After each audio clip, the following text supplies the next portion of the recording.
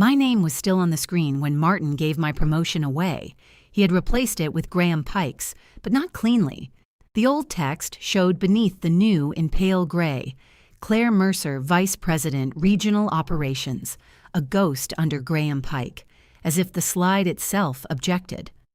Martin stood at the head of the conference table, one hand in his pocket. "Graham is taking your promotion," he said. "Not the promotion.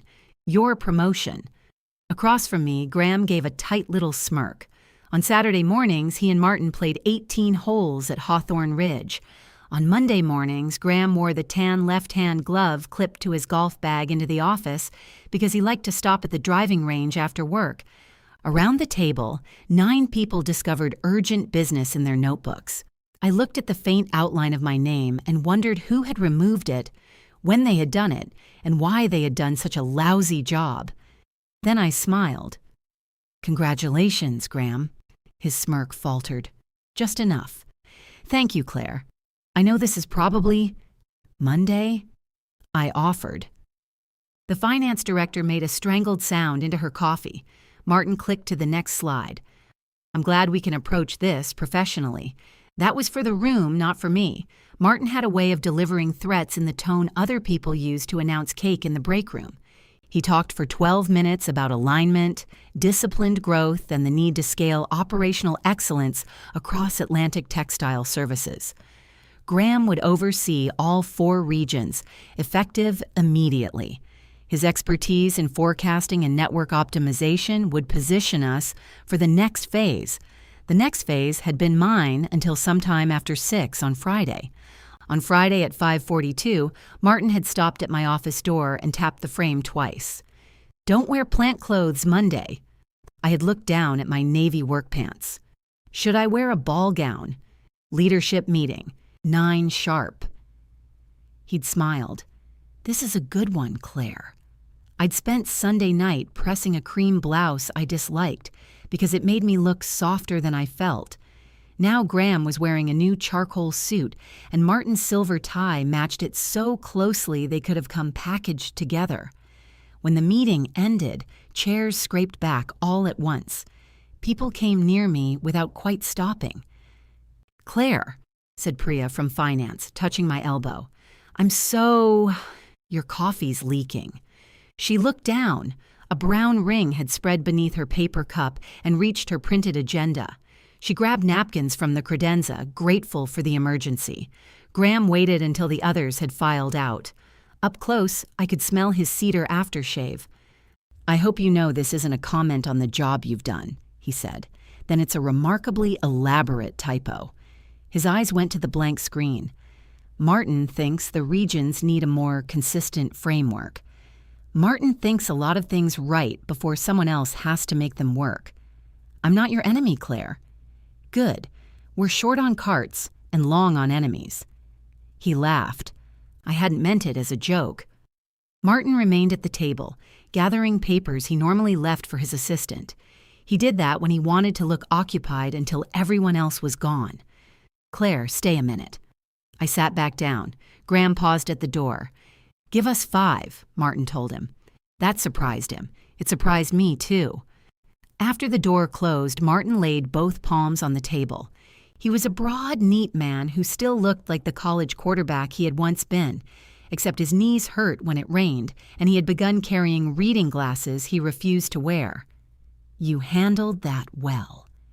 You told me not to wear plant clothes." He exhaled through his nose. "I know you're disappointed. Were you going to tell me before the slide? I'm telling you now." "No, you announced it now. Those are different activities." He pulled out the chair beside mine and sat, making us equals by furniture. "The owners are pushing hard on margin. We have refinancing conversations coming up. Graham has found almost $4 million in underused root capacity. On paper." That phrase is exactly the problem. "What phrase?" "On paper. Every time corporate proposes anything, you tell us why the real world is messier. The real world pays us, and Graham can help us do more of it for less." I folded my agenda once, lining up the corners. "Did you ever submit my promotion?" Martin looked at the fold instead of me. That answered it. Claire, you're the strongest regional operator we have. No one disputes that. Apparently, someone did. This job isn't only operations. I know. I've been doing the financial review, client reporting, labor planning, and capital requests for 2 years because Ed left and you froze his position. And you've done it well. But enterprise leadership requires a certain openness to change. There it was, the clean corporate sentence built around an accusation. I folded the agenda again, a small precise square now, Graham's name trapped inside it. What do you need from me? His shoulders eased. Support him. Show everyone this can be a mature transition. Tomorrow's consortium review is an opportunity to introduce him with momentum. Tomorrow is the quarterly scorecard, among other things. You want Graham presented as the new head of regional operations before Commonwealth Care releases the results. He is the new head of regional operations. I slid the paper square into my bag. I had spent most of Sunday checking the consortium's provisional data against our internal reports. Our reject rate was down almost a third. Emergency response was under 40 minutes. We had not missed a scheduled card exchange in 14 weeks. Unless one of the other regions had produced a miracle, mine had finished first. Martin watched me. Is there something I should know before tomorrow? The answer rose so quickly it almost escaped. No, I said. At 6 the next morning, the air inside our Baltimore plant was warm and damp enough to soften paper. The tunnel washers thundered behind the partition. Overhead, rails carried slings of dirty linen toward the sort floor, each bag swinging gently like an ugly pendulum. I stood at dock 4 in my cream blouse and safety vest, staring at a cart sealed with a red tab. Who changed Mercy North's exchange? I asked. Russ Dombrowski, our route supervisor, looked over his tablet. Dispatch did. Driver called out. We moved it onto Nadine's route. Nadine's already carrying St. Anne's isolation stock. She has room by cube, not by weight. Russ zoomed in with 2 thick fingers. System says she's under. The system thinks fitted sheets weigh the same dry as they do coming back from renal. He frowned at the cart, then at me. You're dressed fancy. I've joined a singing group. Good, you look miserable. Luce Vega came through the strip curtain carrying 2 coffees and a blue grease pencil tucked behind her ear. She managed the plant floor with a calm that frightened people more effectively than shouting. Her name is Nadine, Luce told Russ, not a forklift with earrings. I said I'd change it. You said the system was right. I was building suspense. Luce handed me a coffee. How'd the meeting go?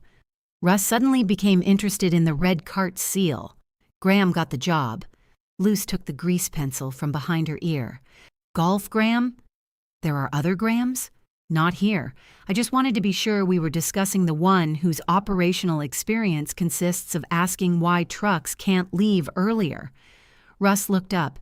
Maybe he means before they're loaded. I took the pencil from Luce and drew a blue line beside the handwritten weight on the manifest. Reweigh this cart. Split the renal return before Nadine leaves. Russ accepted the manifest. His humor had gone. You okay? Quarterly review is at 10. We need the North Conference Room feed tested by 9. That wasn't what I asked. I know. Luce waited until he rolled the cart toward the scale. You going to quit? She asked. The tunnel washer released a load somewhere beyond the wall. Steam rolled across the ceiling. No. She studied me. That sounded expensive. It might be. My phone buzzed inside my vest, an email from Graham. Claire, please send me your regional talking points by 8 o'clock so I can integrate them into my opening remarks. Focus on enterprise contributions rather than local process detail. Below his name was a new signature. Vice President, Regional Operations. Luce read my face. Already? He wants my talking points. Send him the part about wet-fitted sheets. I capped the grease pencil and put it in my pocket. He'd turn it into a 3-year moisture initiative. At 9:57, I entered Atlantic's executive conference room carrying the corrected manifest in my bag and a fresh coffee I didn't want. Martin and Graham sat together near the center of the table. A placard marked my usual seat beside Martin, but Graham's laptop occupied that space. Someone had moved my placard to the far end, near the wall. Graham glanced up. "Hope you don't mind. Easier for me to present from here. Gravity's better near the middle." He smiled as if we were sharing something. The Commonwealth Care representatives joined by video from hospitals across 3 states. Their chair, Dana Okafor, appeared last. She wore narrow red glasses and had the composed expression of someone who had already read every page other people planned to summarize for her. Martin welcomed the consortium and spent several minutes praising the partnership. Then he introduced Graham. We're thrilled to have Graham bring his analytical discipline to the operational side of our business. Dana looked down, possibly at Graham's biography. "How long have you been on the operational side?" "Officially, since yesterday." Graham's answer was quick and self-aware. "Unofficially, my forecasting work has touched every plant and route in our network for 3 years." "Touched," Dana repeated. Graham's smile held. He was good. I had known that, which made the whole thing worse. He moved smoothly through capacity charts, spoke without notes, and translated route density into language the hospital executives understood. When a chief operating officer from Virginia challenged one of his assumptions, Graham adjusted instead of becoming defensive. Then Dana said, "Let's open the scorecard." A spreadsheet replaced the video tiles. Rows of colored cells filled the screen. The fourth quarter rankings appeared at the far right. For half a second, no one spoke. The room seemed to shrink around the quiet hum of the projector. Atlantic, Mid-Atlantic region, 96.8. Rank, 1. The other Atlantic regions sat at 4th, 7th, and 9th. Graham leaned toward his laptop. Martin's chin lifted slightly, the way it did when something good happened that he had not authorized. Dana adjusted her red glasses. "This is the first time an Atlantic region has taken the top position since we expanded the scorecard." Martin found his voice. "That's wonderful news. It speaks directly to the integrated leadership Graham was just describing." Dana looked into her camera. "Graham started yesterday." A corner of Priya's mouth disappeared behind her hand. Martin recovered. "Of course. The result reflects a broader effort." "It reflects 14 weeks without a missed exchange," Dana said. "A 29% reduction in rejected linen, the consortium's best emergency fill time and its second lowest replacement charge." She opened the scorecard appendix. Blue marks appeared beside several exception lines. Even projected on a 12-foot screen, I recognized the slanted strokes of my grease pencil. Dana enlarged the page. "I'd like to understand these manual exception codes." Graham clicked his mouse. Nothing changed because Dana controlled the presentation. "We've been standardizing those," he said. "Claire's region uses some legacy local processes that my team will be incorporating into the enterprise model." "Which one is Claire?" Every face in the room turned toward the wall. I raised my hand slightly. "Here." Dana stared past Graham and Martin. "Why are you sitting over there?" My cream blouse suddenly felt too tight across my shoulders. "New seating arrangement," I said. Her expression did not move, but something in the room did. Dana tapped the appendix with a red fingernail. "Walk us through the blue lines." Martin glanced at me. It was a small look, almost nothing. A reminder, support him. I set down my coffee.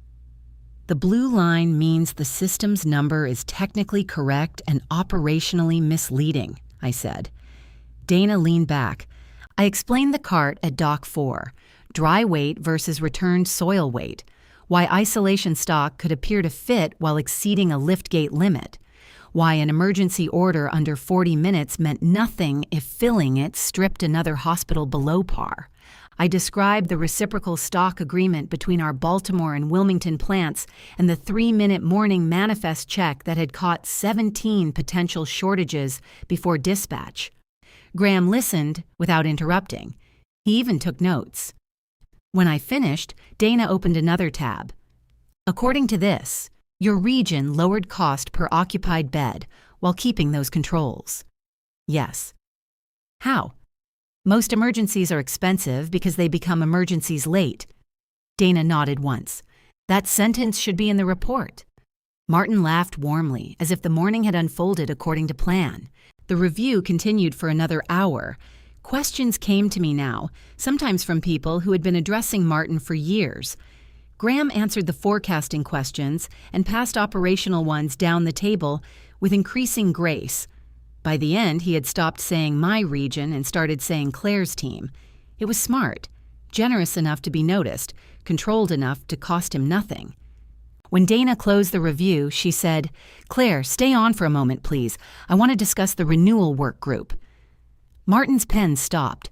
Graham looked at him, then at me. On the screen, our first-place score remained visible behind Dana's face.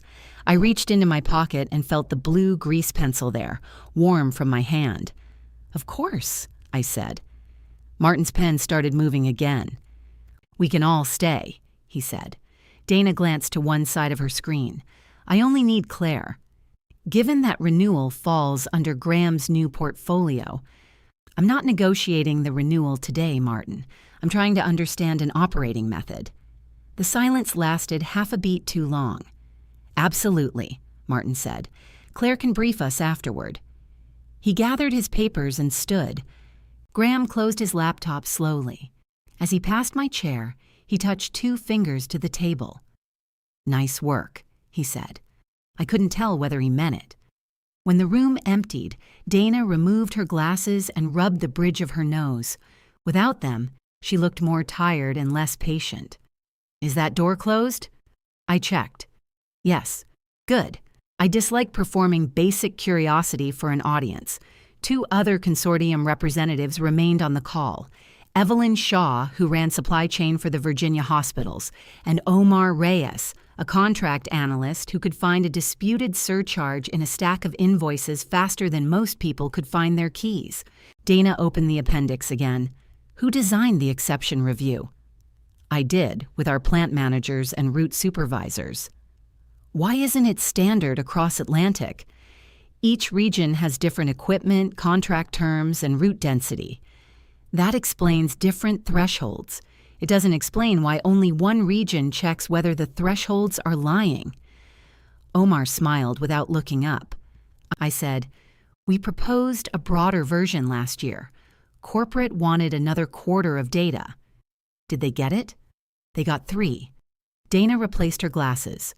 "We're rebuilding the renewal work group. 1 operational lead from each region, 1 finance representative, 1 person from Graham's forecasting group. I want you representing Mid-Atlantic." "I'd be glad to." "And I want the raw scorecard files preserved in the work group folder, not only presentation copies." "That's standard on our end." "No," Omar said. "It is standard on your end." Dana's eyes stayed on me. "Will your new reporting structure interfere?" It was a careful question. The truthful answer could make me look wounded. The polished answer could trap me later. "I report to Graham now," I said. "You'll have to ask him how he intends to run the group." I asked whether it will interfere. "I won't let it interfere with my work." Dana nodded once. She heard what I had not said and had the decency not to congratulate me for it. When I stepped into the hallway, Graham was leaning against the opposite wall. Martin was gone. "You waited." I wanted to know what she needed. "She's adding regional operators to the renewal group." "Good." She requested me for Mid-Atlantic. His jaw tightened before his smile appeared. "Also good." "You don't have to make every answer sound like a press release. I'm trying not to have an argument in a hallway. That is sensible." He fell into step beside me. "Did you know we were first?" "I knew the internal numbers. And you didn't mention it yesterday." "You didn't ask me yesterday." "Martin did. After he announced you." The elevator opened. Neither of us moved. Graham lowered his voice. "I didn't know he hadn't told you." That landed somewhere inconvenient. "You thought I knew?" "I thought the 2 of you had discussed it Friday. He said you were on board with the transition. Did I look on board? I thought you looked furious and disciplined. It's a confusing combination. The elevator doors started to close. Graham caught them with one hand. I wanted the job, he said, and I won't apologize for that. I didn't ask you to. But I wouldn't have agreed to that meeting if I'd known he planned to announce it cold. You still would have taken the job. Yes. There was enough honesty in it to keep me from hating him cleanly. I stepped into the elevator. Then we understand each other. The next morning, Graham arrived at the plant at 5:55, wearing steel-toed boots, so new the laces still held their factory shape. Luz looked down at them. Those have seen terrible things. I bought them yesterday. That's what I mean. He laughed and asked her to show him the soil sort floor. For 3 hours, he followed us without checking his phone. He asked why sling weights varied by hospital, why the ironer slowed after 11, why we kept 2 carts of flat sheets behind a locked mesh gate. Some questions were naive. Others made Luz stop walking. At the tunnel washer, he studied the production board.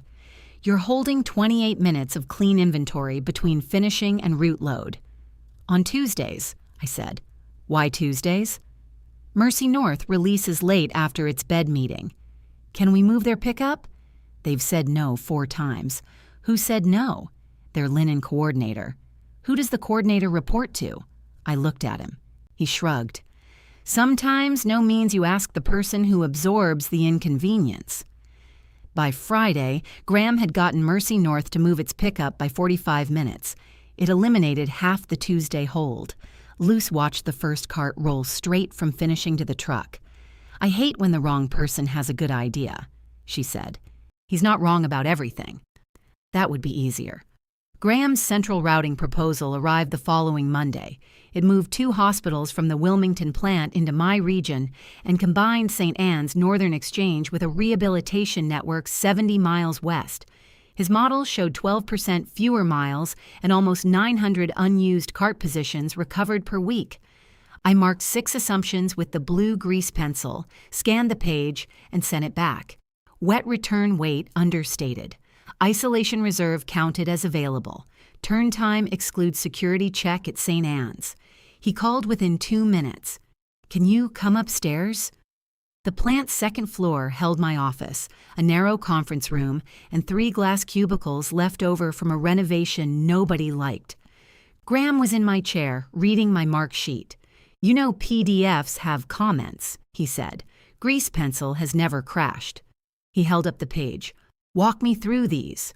I did. He challenged the wet weight estimate, so I pulled 6 weeks of scale tickets. He questioned the security delay, so I showed him route logs with arrival and dock release times. On the isolation reserve, he shook his head. The carts are sitting in your building. They're committed. They're not physically at the hospitals. They're emergency par. The contract says we hold them. The contract says you maintain access to the volume, which means holding it where we can access it, or maintaining rapid transfer between locations. You built the reciprocal stock agreement yourself for disruptions, not daily planning. Why not? Because if you spend your spare tire every morning, it isn't a spare tire. He leaned back in my chair. That's not a metric. It's still true. For a moment, he looked annoyed. Then he took a pen and crossed out the isolation reserve savings. I'll revise that piece. I hadn't expected him to yield, and the relief irritated me almost as much as winning. He tapped the wet weight note. I want a controlled pilot on the rest. 30 days? 60. 2 weeks before renewal data closes. That's precisely why we need it now. If it works, we can price the renewal more aggressively. And if it doesn't, then you'll have documented the reasons beautifully. He smiled. I did not. The following week, my regional analyst, Maya Chen, appeared in my doorway holding a cardboard archive box. Did you request a transfer for me?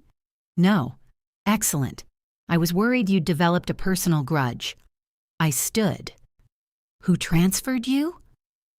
Graham, corporate forecasting, effective Monday. Maya set the box on the corner of my desk.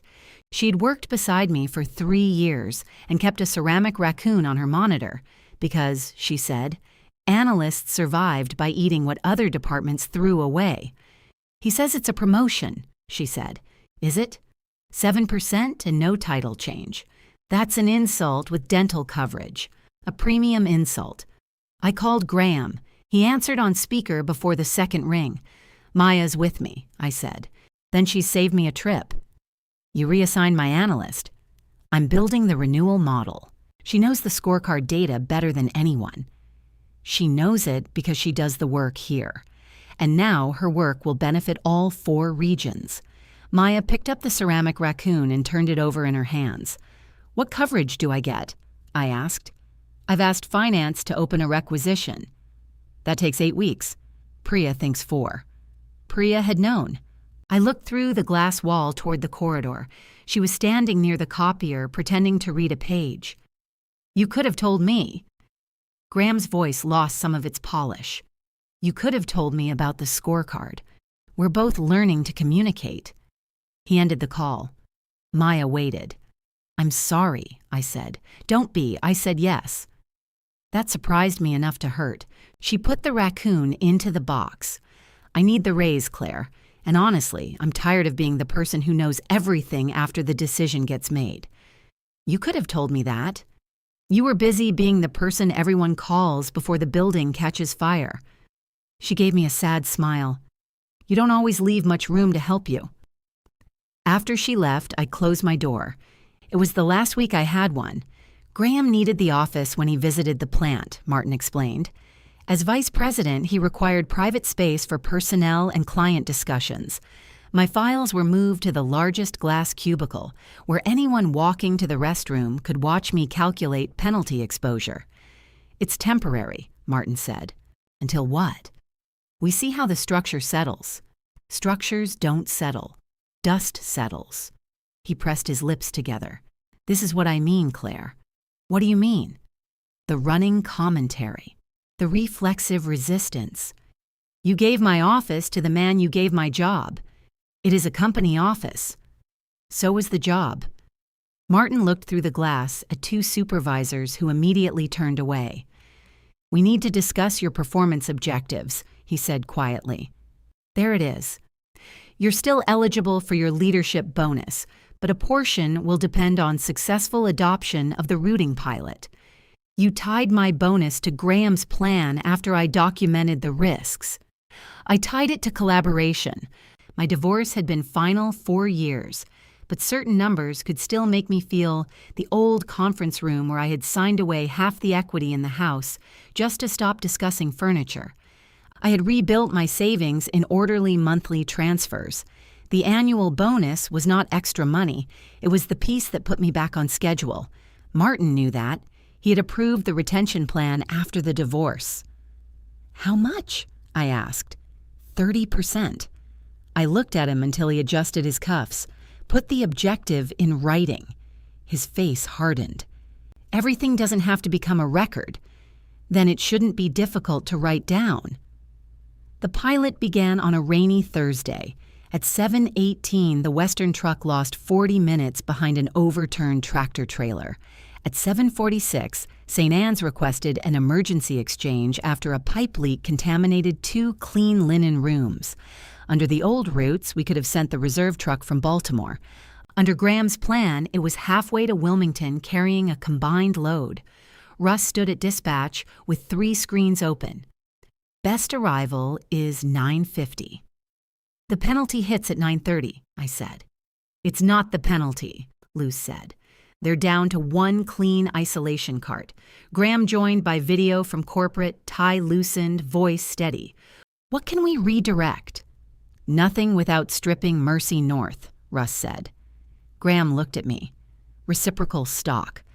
The agreement kept 2 sealed emergency carts at the Wilmington plant for regional disruptions. Graham's model had nearly converted them into daily inventory. I had refused. I was already dialing the plant manager. Wilmington released both carts at 7:54. One of their local drivers met Nadine at a fuel station off Route 40, where they exchanged sealed carts in the rain. Nadine reached St. Anne's at 9:11, 19 minutes inside the penalty window, one clean isolation cart still in reserve. At noon, Graham emailed the executive team. Central routing pilot successfully leveraged cross-regional inventory protocol to resolve unexpected client emergency with no service failure. Luce read it over my shoulder in the glass cubicle. He leveraged your protocol. He did. With the stock you stopped him from using. Yes. Can I answer him? No. I would be respectful. You're holding a wrench. It helps me choose respectful words. I forwarded Graham's email to the shared pilot folder, attached my earlier exception memo, and added the dispatch timeline. No accusation, no commentary, just sequence. 3 minutes later, Graham appeared at the cubicle entrance. He shut the glass door behind him, which did nothing for privacy. You're building a case, he said. I'm maintaining the pilot record. You copied Martin. He's the executive sponsor. You want this to fail. If I wanted it to fail, St. Anne's would have waited 40 more minutes. His eyes flicked toward the blue grease pencil beside my keyboard. From now on, all pilot reporting goes through me before distribution.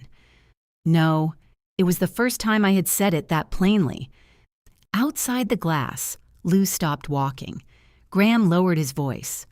That wasn't a request. I'm accountable for this region's client data.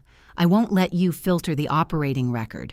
You report to me, and we both report results to the consortium. He stared at me, no smile left now. Be careful, Claire. I picked up the grease pencil and drew a blue line beside his new reporting instruction in my notebook. I am, I said. Graham's gaze stayed on the line until the waxy blue mark had crossed the whole page.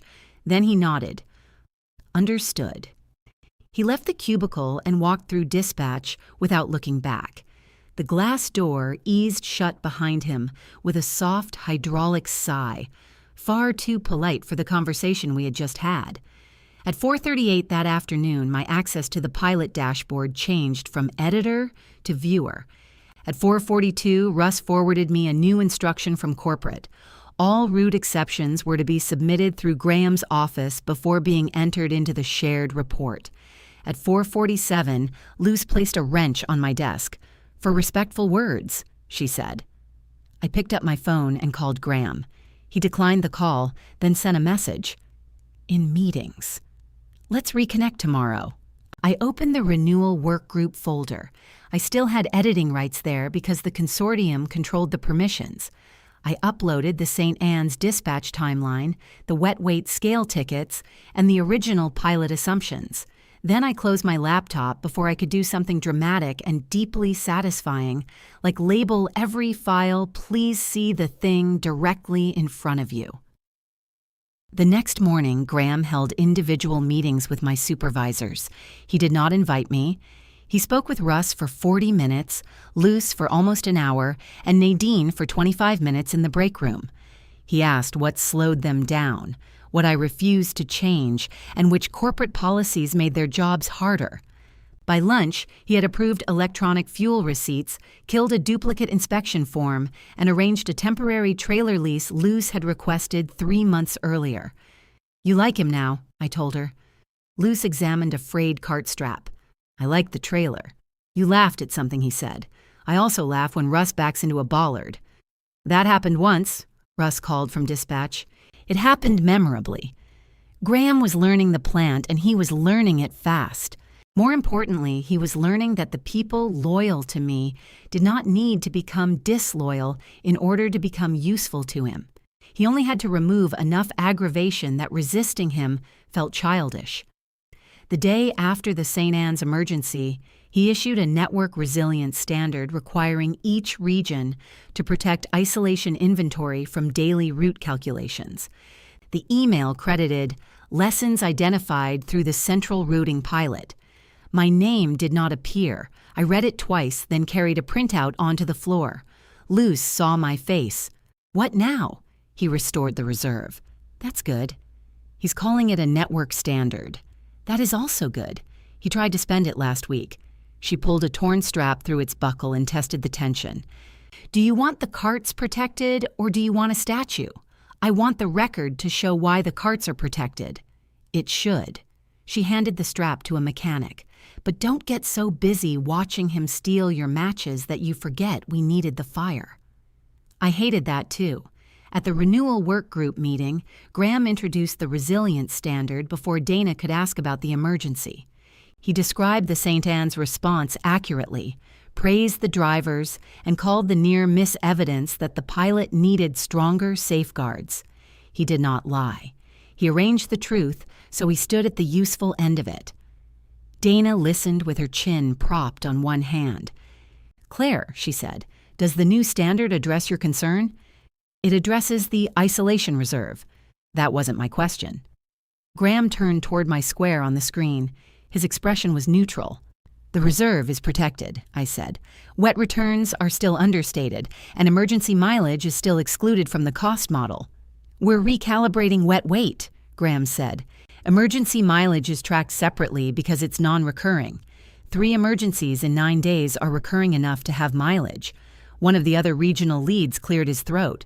Graham said, "This is the kind of terminology we're working to standardize. Claire tends to treat every exception as a forecast, and Graham tends to treat every forecast as weather." Dana's eyes sharpened. Omar looked down, hiding a smile. Graham leaned back. "Can we have this conversation without turning it into a performance?" "I've been trying since Monday." Dana tapped her pen against the table. "The renewal group will use total delivered cost. If mileage was incurred maintaining service, it belongs in the model. Omar, make sure the baseline reflects that." "Already noted," Omar said. After the call, Graham sent me a calendar invitation titled Communication Alignment. I declined because I had a scheduled operations meeting. He sent it again for 7 the next morning. I accepted and brought coffee. He had taken my old office as his own now. My framed regional map was gone, replaced by a whiteboard covered in route clusters. Maya's work was easy to recognize. Tidy labels, consistent colors, a small note in the bottom corner directing readers to assumptions rather than letting them blame the chart. Graham closed the door. "You embarrassed me in front of the client. You told the client I confuse exceptions with forecasts. After you challenged a methodology we're still developing. The methodology is being used to price a contract." He pushed a printed report across the desk. "I need your sign-off on the Mid-Atlantic pilot results."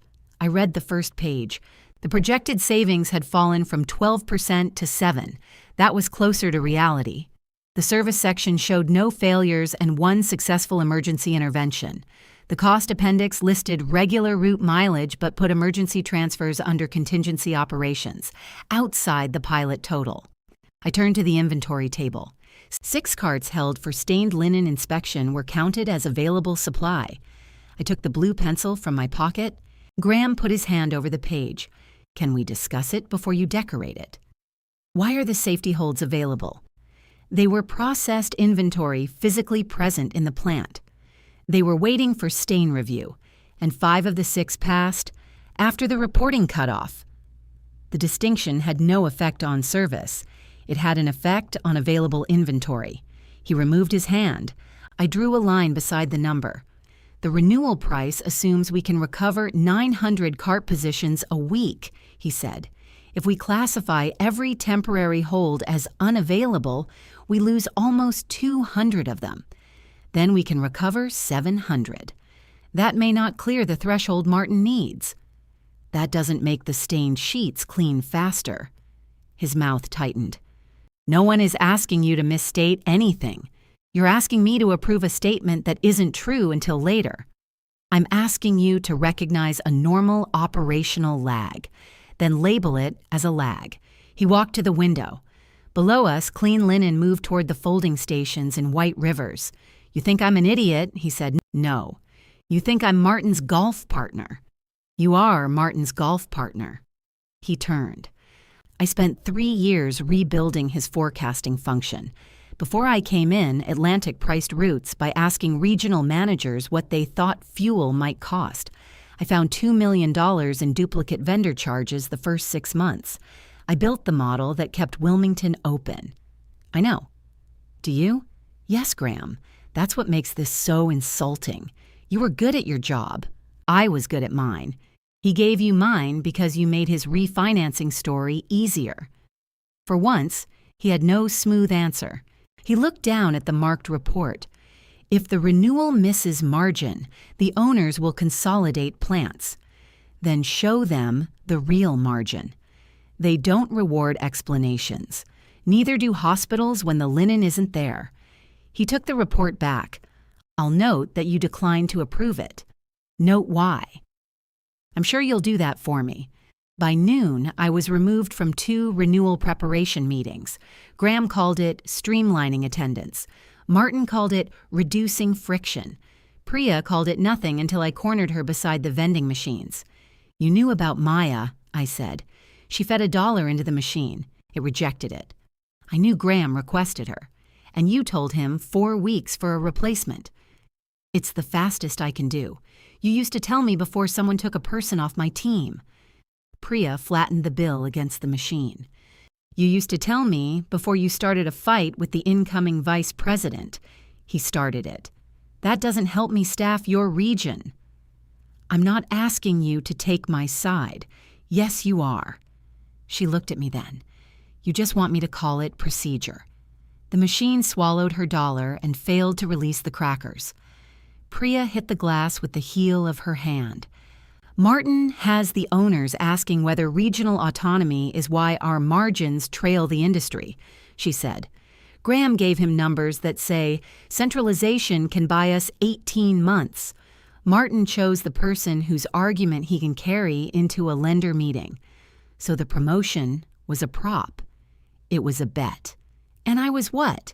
The cost he thought he could manage." The crackers fell. Priya picked them up and held them against her chest. "I'm sorry, Claire. Truly. But I have a department too. I can't become evidence that you're building a coalition." I watched her walk away with the crackers unopened. Martin scheduled my quarterly performance conversation for Friday at 4:30. The hour reserved for news people did not want discussed before Monday. A 2-page agreement waited beside his reading glasses. He finally wore them.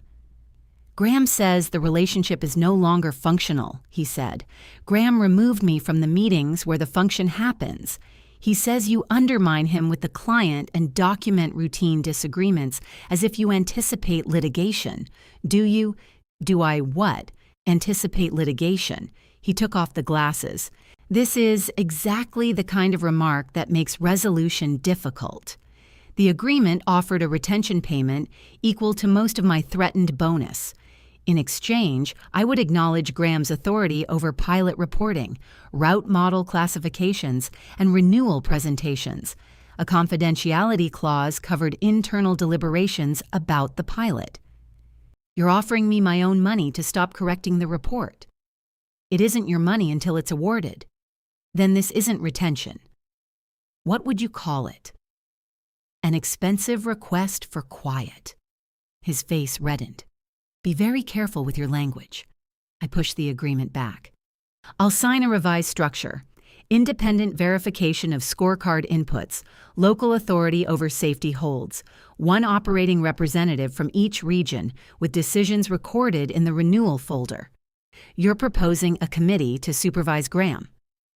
I'm proposing controls that survive both of us. The owners appointed him to lead.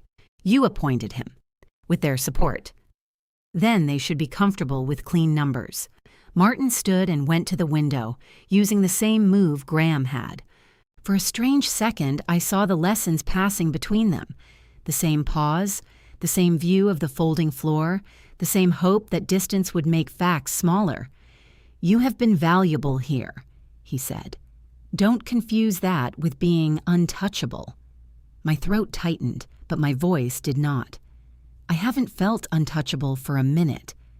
I left the agreement on his table. Monday morning, Maya found me at Dock 4.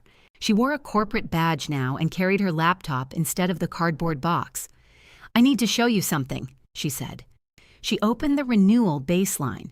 A revision request from Graham's office changed the comparison period, replacing actual emergency mileage with a normalized projection and moving safety holds into available inventory. I rejected it, she said. My eyes went to the status field. Declined. Methodology inconsistent with consortium reporting rules. You wrote that? It's less exciting than it felt. Did Graham speak to you? For 27 minutes. I'm sorry. I'm not. She glanced toward the glass offices. You were right about the numbers. That sentence usually comes with an unpleasant afternoon. He said you're protecting a system because it makes you important. I looked at the cart beside us. A blue line marked its manifest where Russ had corrected the return weight. Maybe I am, I said. Maya shook her head. No. But he's going to say it at the renewal meeting. The meeting was the next morning. Before lunch, Dana restored me to the invitation with a note copied to Martin and Graham. Operational methodology requires regional representation. At 3:16, Graham issued his final pilot report without my approval.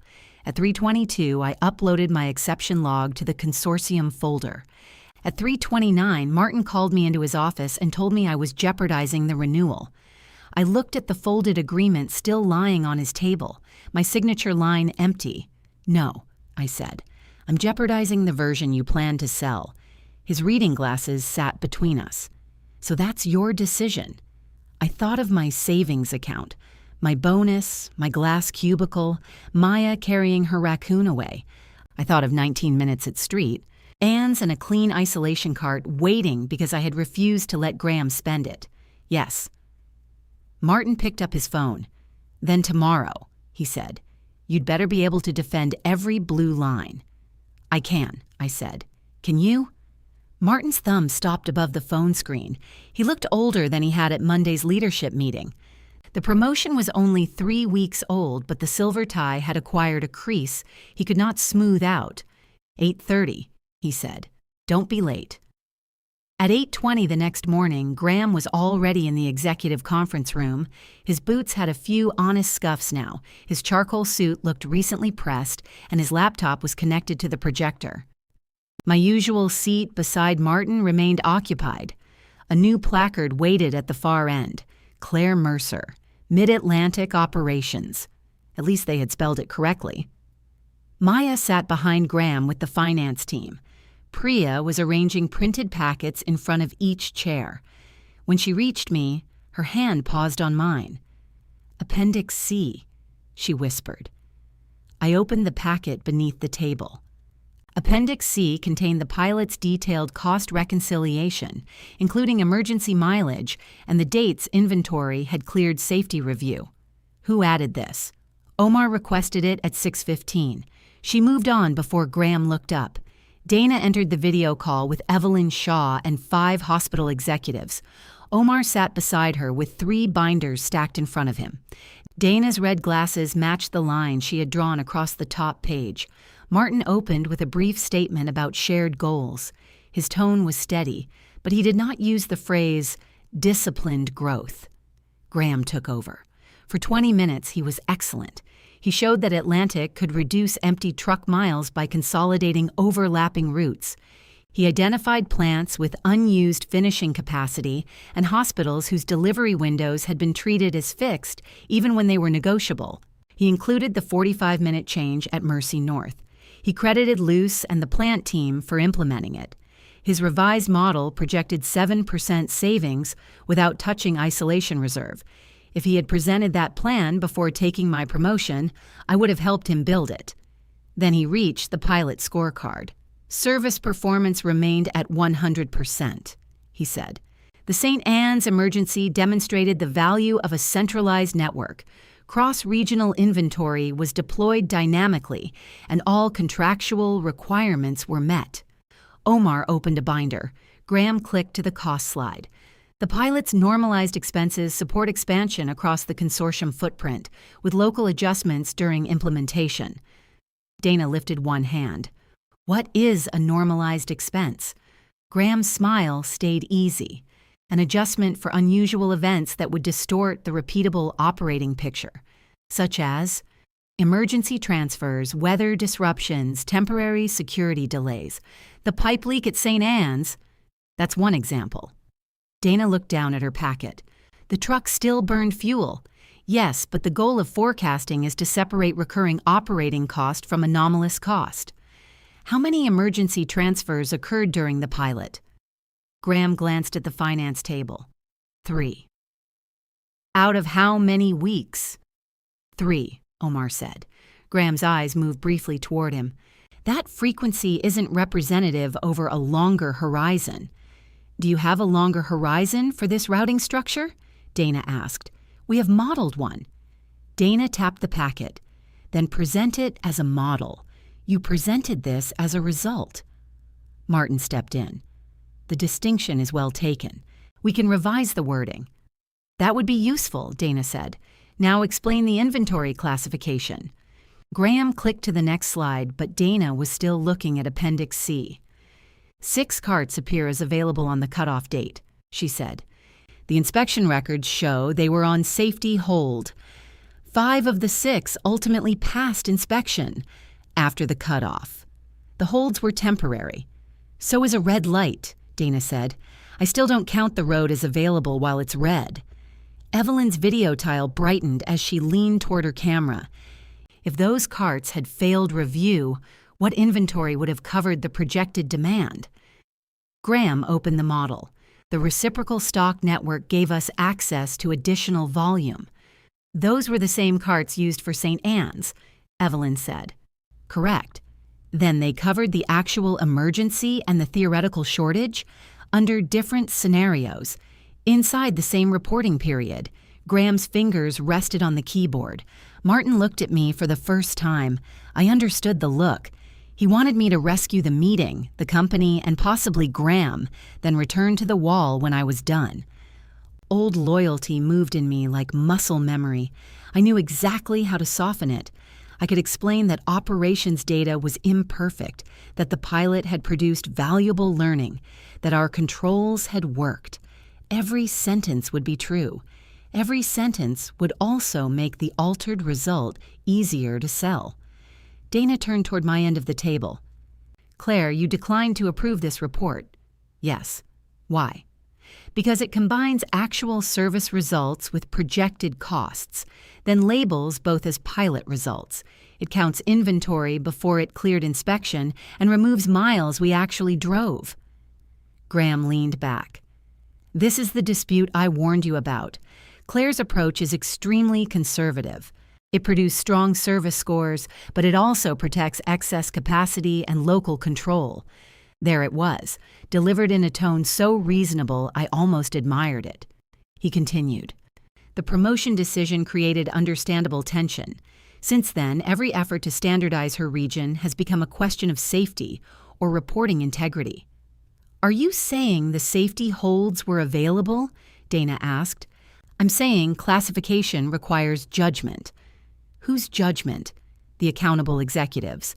And who was accountable for Mid-Atlantic service during the pilot? His pause was small. Claire retained day-to-day regional responsibility. I held executive oversight. So her judgment carried the service risk, and yours classified the result. Graham closed the model window. That division is common in enterprise operations. It may be, Dana said. Was it successful here? He looked toward me. For the first time since Martin's announcement, he seemed less angry than tired. The client received every delivery, he said, because the isolation reserve remained protected, I added. Under the standard I implemented. After you proposed using it? And after the pilot showed me the risk. His voice sharpened. I changed the plan, Claire. That is what competent people do when they get new information. You changed the plan and erased where the information came from. We're discussing a renewal worth tens of millions of dollars, not authorship on a college paper. We're discussing whether the renewal price can deliver the service you're promising. Martin put his hand flat on the table. Enough. The projector showed Graham's model behind him. Blue exception lines ran along the right side of the source table, faint but visible. Omar removed a page from his binder. I'd like to settle the factual portion, he said. We matched the pilot report against time-stamped files in the renewal folder. The original assumptions identified wet weight variance, emergency mileage treatment, and safety hold classification before the pilot began. He passed the page to Dana. The dispatch record also shows the St. Anne's response depended on inventory excluded from daily routing at Claire's direction. That inventory was later protected by Graham's revised standard. Graham's face had gone still. Omar continued. The operational warnings were correct. The revised standard was also correct. The current report fails because it includes one correction in the service narrative and excludes the costs that caused the correction. Dana looked at Martin. Which version did Atlantic intend us to rely on for pricing?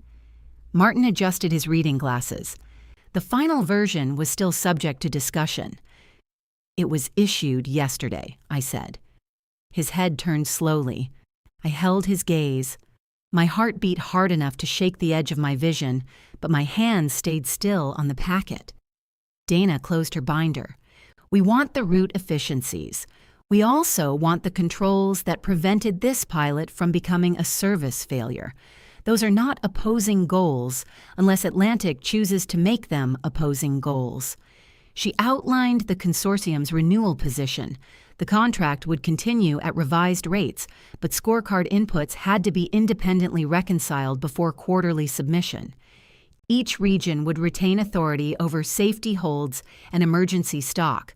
A cross-regional operating council would review model changes, with finance, forecasting, plant, and route representatives recording decisions in the shared folder. The council required a chair who understood both the client measures and plant operations. Dana looked directly at me. Martin's chair creaked. I want to be clear, Dana said. We are not naming one employee as a condition of doing business. We are requiring a governance system. Atlantic can choose its personnel. She slid her red glasses higher on her nose. But given the first-place scorecard and the work already completed, Claire is the obvious person to lead implementation. Graham stared at the blue marks on the projected table. Martin asked for a private recess. The video call ended, leaving Dana's last frame frozen on the screen. For several seconds, only the ventilation system spoke. Then Graham said, "My model wasn't wrong." "The route model wasn't," I said. The pricing would have absorbed the variance over a full quarter. Maybe. It would. Then you should have shown that. He stood and walked to the window. Martin remained seated. I was trying to keep 4 plants open, Graham said. You think I wanted to count stained sheets? I needed the pilot over the margin line. Once the renewal was signed, we could refine implementation. That's when the promise becomes the operation. I know that. Do you? He turned so quickly the question seemed to strike him. Yes, I know your warnings were right. I know St. Anne's would have missed service without the reserve. I also know Atlantic cannot keep pricing every route as if the worst day will happen every Tuesday. I agree. That stopped him. I stood and went to the whiteboard. His cluster map was still projected behind us, but I could see the structure. Efficient routes, flexible windows, capacity that really was being wasted. Keep the negotiated pickup times, I said. Keep the overlapping route analysis. Test wet weight assumptions by hospital instead of applying one number. Put emergency miles into a rolling average. Protect safety holds and reciprocal stock. Graham gave a humorless laugh. You just invented a slower version of my plan. I invented one we can invoice without crossing our fingers. Martin removed his glasses. What are you proposing, Claire? Graham stays in forecasting. He builds the models. The operating council tests them before rollout. Regional leaders own safety decisions, and finance verifies the scorecard. Graham looked at me. Reporting to you. Working with the council, chaired by you. Yes. You'd give me a seat after this? I'd give your work a seat. You're good at it. The offer seemed to offend him more than an insult would have. I didn't take this role to crawl back into forecasting under the person who thinks I stole her job. You did steal my job. Martin offered it. And you took it. His jaw shifted. Then enjoy your counsel. He unplugged his laptop and left the room. Martin watched the door close. You could have given him a way to save face. I did. He didn't like the chair. Priya lowered her eyes to hide a smile. Martin's did not appear. The owners spent 4 days deciding how much control they could surrender without calling it surrender. The consortium gave them little room. Refinancing depended on a signed renewal, and the renewal depended on numbers the client trusted. Graham returned to corporate forecasting. His title changed back to director, though his salary did not. He stopped playing golf at Hawthorne Ridge. Martin remained chief operating officer, but the owners placed renewal reporting under a finance-led audit process and required them to approve future regional executive appointments. His Monday announcements became considerably less spontaneous. My offer came in a white envelope placed on the glass cubicle desk. Vice President, Regional Operations. The salary was 12% above the number Martin and I had discussed months earlier. My bonus was restored, including the portion tied to the pilot. The Operating Council's authority was written into the role, along with a direct reporting line to the Owner's Operations Committee for Scorecard Integrity. I read it twice. Then I carried it to Martin's office. He looked at my signature and nodded. You got what you wanted. No. His eyebrows lifted. I wanted you to give it to me because I earned it. He looked down at the contract. That opportunity passed, I said. I'll take this because the work needs doing. For once, he did not turn the sentence into something easier for himself. I'm sorry about the meeting, he said. Which one? His mouth twitched, but I did not let him turn it into a joke. The first one, he said. I thought you'd absorb it. I know. That was the apology's ugliest part, and its most honest. I moved back into the upstairs office. Maya returned to Mid-Atlantic 2 days a week while keeping her corporate position and raise. She placed the ceramic raccoon on the corner of the conference table where everyone could see it. Priya filled my analyst requisition in 3 weeks. Luce got a second trailer. On my first Monday as vice president, I reached Dock 4 before sunrise. Russ was arguing with a scanner. Nadine was checking seals. The tunnel washers sent their low thunder through the floor. A clean linen cart waited beside the scale with its manifest clipped to the front. System says it's fine, Russ told me. That scanner also says it's Wednesday. It's optimistic. I checked the weight, the destination, and the red seal. Everything matched. The blue grease pencil lay on the dispatch desk where I had left it. Its paper wrapping was worn near the tip. I picked it up and drew one line across the manifest. Russ frowned. What's wrong with it? Nothing. Then what's the line for? Behind us, the first truck engine turned over. Luce lifted the dock door and cold morning light spread across the concrete. It means we checked, I said.